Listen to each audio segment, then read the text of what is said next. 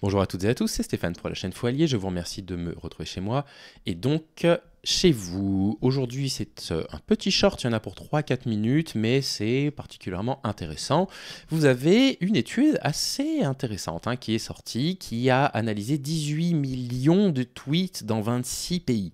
18 millions de tweets dans 26 pays.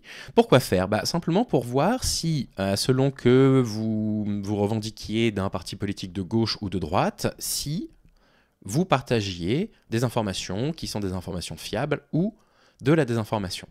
Comment se répartit du coup les résultats de cette enquête?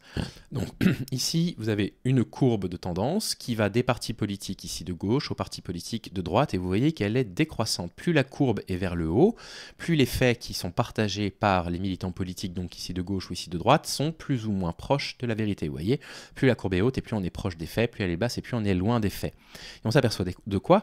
On s'aperçoit que les partis politiques de gauche ont tendance à partager des informations qui sont très proches des faits, les partis politiques de droite ont tendance à partager de la désinformation.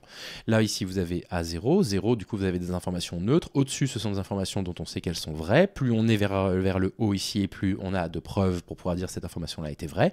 Et en bas, plus on descend, et plus on sait que les informations sont fausses. Plus on a de preuves qui nous montrent que les informations sont fausses. Et donc, eh bien, sans grande surprise, et c'est ce que Libération titre d'ailleurs, excusez-moi, voilà, la droite a un problème avec les faits. L'extrême droite a un gros problème avec les faits.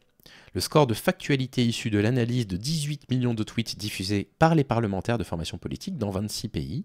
Chaque point représente un parti politique et son score de véracité moyen. Et donc voilà. Si jamais ça vous intéresse, l'article est disponible ici. Si jamais vous avez un site internet comme Remove Paywall, par exemple, vous pouvez avoir accès aux articles d'à peu près tous les journaux que vous souhaitez. Nous, évidemment, on ne va pas le faire pendant la vidéo, mais on va lire la moitié du coup de cet article de Libération. Réseaux sociaux, plus un parti est à droite, plus il diffuse de fake news. La désinformation en ligne fait partie intégrante de la stratégie des extrêmes droites, tandis que les formations de gauche, qu'elles soient radicales, écologistes ou social-démocrates, ont moins recours à cette pratique, selon une étude récente réalisée par des universitaires néerlandais. Et c'est même plus que ça. Vous voyez que les partis d'extrême gauche ont tendance à ne partager quasiment que des informations proches des faits. Vous avez un parti ici qui est le mauvais élève, un autre parti ici qui est un mauvais élève. Alors attendez, je vais juste me retirer, que vous ne m'accusiez pas de désinformer volontairement. Vous avez donc deux partis ici, vous voyez, qui sont des mauvais élèves à gauche. Un là, qui a tendance à partager des informations dont on a priori une légère suspicion qu'elles soient fausses, et un là, un parti dont on sait, le point est relativement bas, que l'information est fausse, mais qui a quand même été partagée.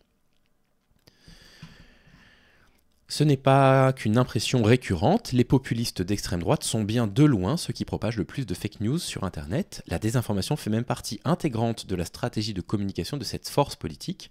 C'est ce qu'affirme cette étude néerlandaise publiée dans The International Journal of Press Politics, qui a analysé 32 millions de messages postés sur Twitter, le réseau social d'Elon Musk.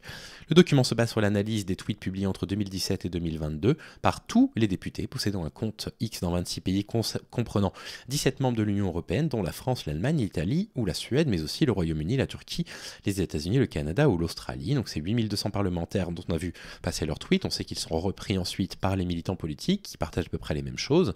Et si voilà, ça vous intéresse, voici l'endroit où vous pouvez vous procurer du coup cette étude. Je vais vous mettre ça bien évidemment dans la description de l'épisode. Et bon, est-ce qu'on est surpris? Est-ce qu'on est étonné? Non. On n'est évidemment pas du tout étonné. Malheureusement, étant donné qu'on est dans une ère un petit peu de post-vérité, une ère un petit peu de trumpisation de l'information, ils vont toujours trouver une explication à nous donner. Oui, mais la presse, c'est des gauchistes. Nous, on a la vérité parce que nous, on voit bien les faits, nous, on voit la réalité, on est le camp du réel, on voit très bien que même si la presse dit qu'il n'y a pas d'augmentation, je sais pas, de terrorisme d'extrême droite, de terrorisme islamiste, nous, on le voit bien. Nous, on le voit, on en est certain.